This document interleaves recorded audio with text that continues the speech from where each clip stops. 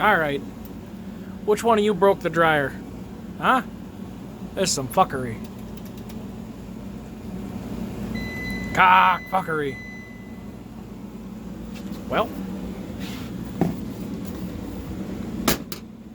Time to get to work. Well, first things first, we're going to take our little meter here. And focus, you fuck. Thank you. We're going to go for this little, shut up. This little setting here that kind of looks like when you got the Wi-Fi signal there. Yeah, so we're going to put the meter to that. And I see right now it's on ohms. So I'm going to hit select. There we go. That's got the Wi-Fi signal going on there.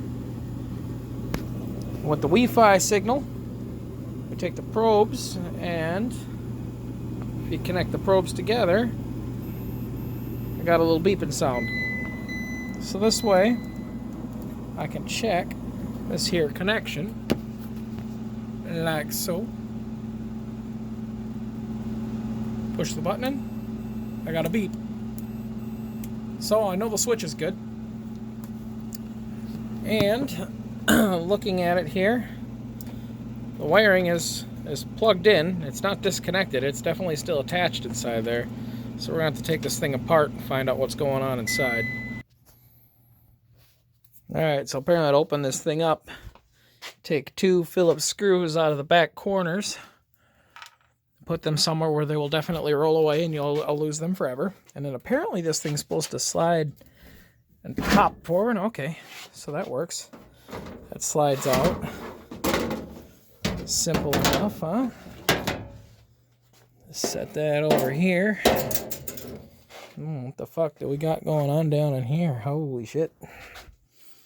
So, the wiring I can see definitely goes down there somewhere. So this obviously is the logic module or PCM, powertrain control module, something like that. I see there's a couple of screws here to take off the instrument panel here, so we'll pop that off. Okay, so there's actually an outer screw and an inner screw. Taking out the outer screw made more sense because that metal bracket is attached. And the wiring appears to be held on by a zip titty here, so we'll just delicately remove that from the equation. Now I can put the controls over here and leave them connected. That must be the little light bulb, little LED light. Now I gotta figure out where that wiring goes. Alright, so I managed to pop the front off. Now in order to do that, looking at the back side of the door, there was the 2 screws at the top ears, 2 shiny chrome looking stainless screws that are right below the lint trap, and then 2 screws down at the bottom, and then it literally just pops forward. It's got these super crappy little garbage ass tabs. So the other thing is most appliances actually happen to come with one of these here little wire D-grammies. And so looking at the wiring D-gram, I see right here door switch, brun, or moron like me. That's what that says. Focus. There we go. So that shows the brown wire, and then the orange wire on the other side. And so when I was looking at it, it seemed to make sense that it would be both of these wires in this connector, but it's not actually. If you take a look here, you'll see brown is J3 pin 2. And then on here it's orange, but it's not going back to the PCM. It's going to an outlet limiter switch. And it's joined up with another wire that comes back, red with a white stripe, on J2 pin 3. So sure enough, here's J2 pin 3.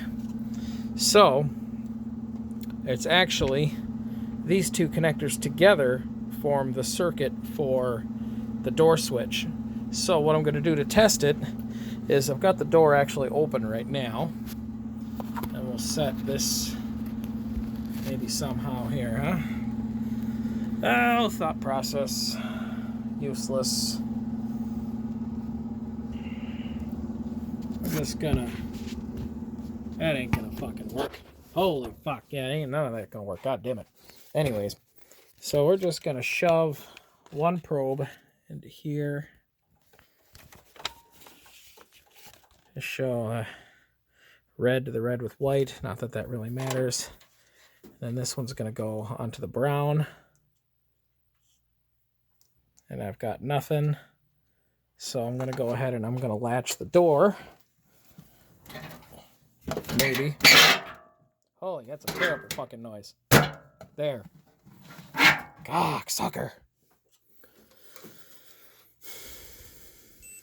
Sure enough, door switch connection is good.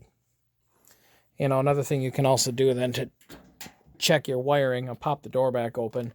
So if the red with white matches the orange like on there, there's my continuity. Not on the brown because the door is open, but on the orange. And vice versa. If I go to the brown here and the brown there, I've got continuity. So that tells me that even though it thinks the door is open, the circuit is complete, which means the problem is more annoying. So, possibly a problem at the computer. Looking further at the wiring diagram, I can see it goes through this thermal limit switch, red, so it's a hot line because it goes right up here, L1, and you can see at the top, that's the 120 or 240 volt circuit. So there's neutral, line 2 black, line 1 pink. So my assumption is that is hot when it's plugged in. So I'm going to put my meter to AC voltage test here. What are we on? DC, AC. And I'm going to see if I can figure out where my connections are here. Neutral. Yeah, I'm just not entirely sure what voltage I'm supposed to see there. So I'm just going to hit my neutral, wherever that lines up. J2 pin 5, so that's pretty easy. White wire, it's on the same connector. I'm going to see if I've got power hitting this red with white striped wire, because that thermal limiter should have power going through it, unless if there's a problem with the limiter and the limiter is open, then I wouldn't have power there. So that's the theory. So I'm going to check that and see what I get. All right, so interestingly enough, we might be onto something here. If I go red with white and white, I feel like that's actually less than I was getting a second ago. There we go, 26 volts AC, which seems odd. And then if I go to the red pin, there's my 120 volts AC.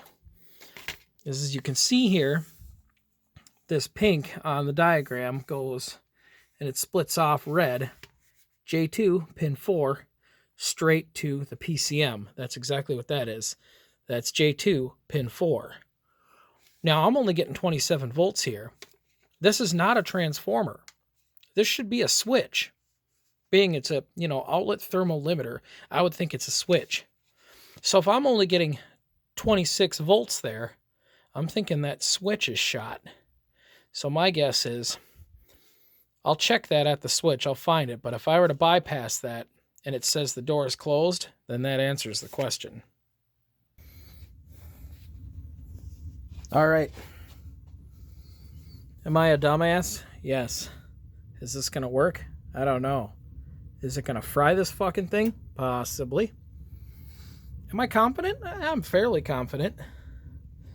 Obviously, before I went tapping into the wires, I was at least fucking smart enough to unplug it.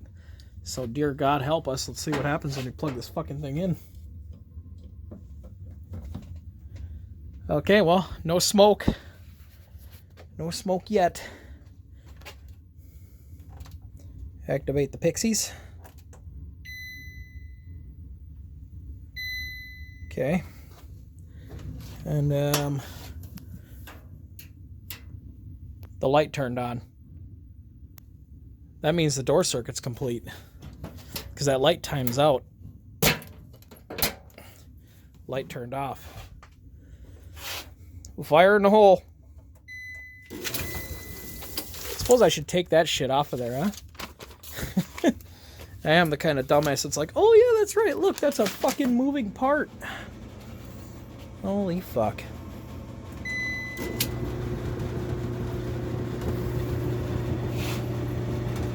Is it a good idea to run without the thermal limiter? Probably not.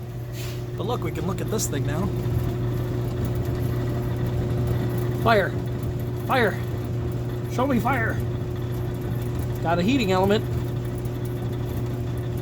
Come on, burn my eyebrows off. Let's go here. Oh, isn't that pretty? Just a wee little fire coming out of there. Unless you fucking joochin', boys.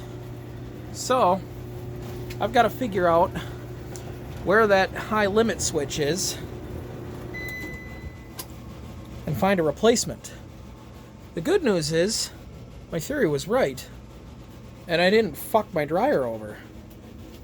So, I guess that means I gotta tear this thing apart and figure out where in the flaming fuck that limiter is. It says outlet, thermal outlet, high limit, inlet thermal. It's gotta be on the back outlet. I'm assuming it's the on the exit chute for when the heat leaves the unit. You know, perhaps the air wasn't flowing well enough because it's kind of a big comforter. I'm thinking it's probably not a good idea to try to dry that thing in there. It's possible that it was actually getting too hot in there and the thermal outlet tripped. And instead of resetting when it cooled off, it might have just blown. So I'm going to have to pull it away from the wall some more and figure that out. But I think that's it. I think we got her licked. We'll find out.